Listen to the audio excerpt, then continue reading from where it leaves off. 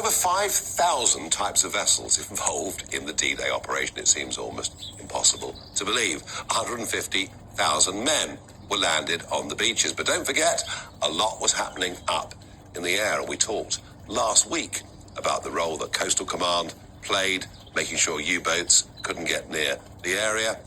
But just after midnight, through to about 3 o'clock in the morning, there were a whole series of parachute jumps that took place into Normandy, and of course gliders that went into, gliders with men, gliders with equipment, gliders with ammunition, gliders with vehicles. And it really was the most just totally extraordinary operation.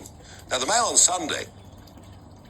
Sunday ran a story that said it would not be possible for everybody that wanted to take place in a parachute jump to do so because we didn't have enough RAF vessels, the ships, planes, because of the cuts that had happened and the fact that Hercules was no longer being used. It had been taken out of circulation.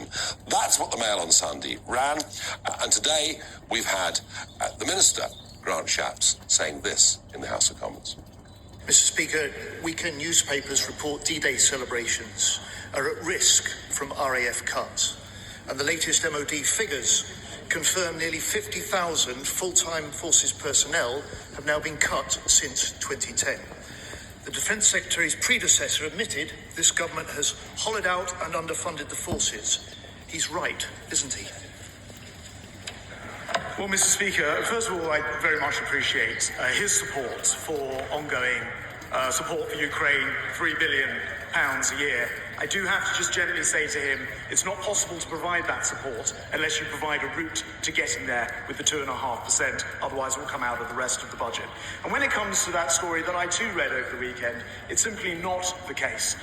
We will have, in fact, I think it's 181 parachutists, exactly the same number as actually jumped in that location on D-Day.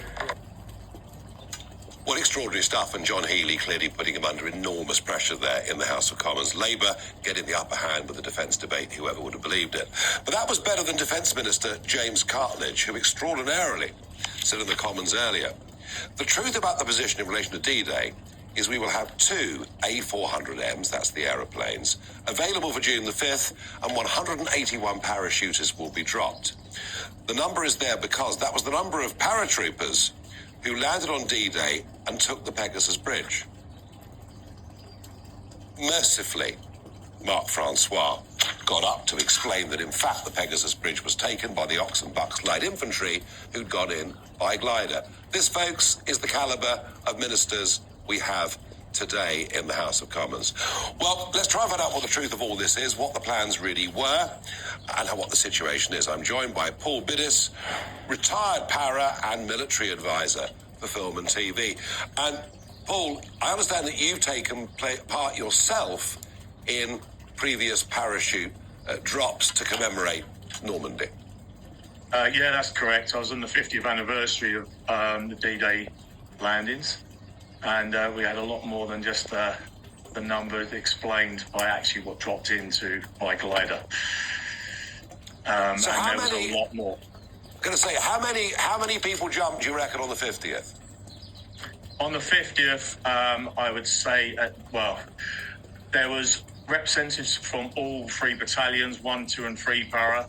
There was 4 C-130s, which has 90 men jumping from each C-130. We also had the Americans, we had the Germans, we had every country jumping into that. But there was lots of other airborne operations that were operating on D-Day itself, and there was a lot more than what was described by the Minister. I did chuckle when I heard that. Well, yeah, whether one should laugh or cry, Paul, it's quite difficult to know these days. So is your sense of it that perhaps the newspaper story was right and that we just don't have the aeroplanes available? Yeah, there's always been a problem with airframe availability because of operations. So when we had the J's, we were fighting two wars, Iraq and Afghanistan. We lost 2 C-130s, then that had an impact on the capability. Exercises, training and anniversaries always put as a low priority.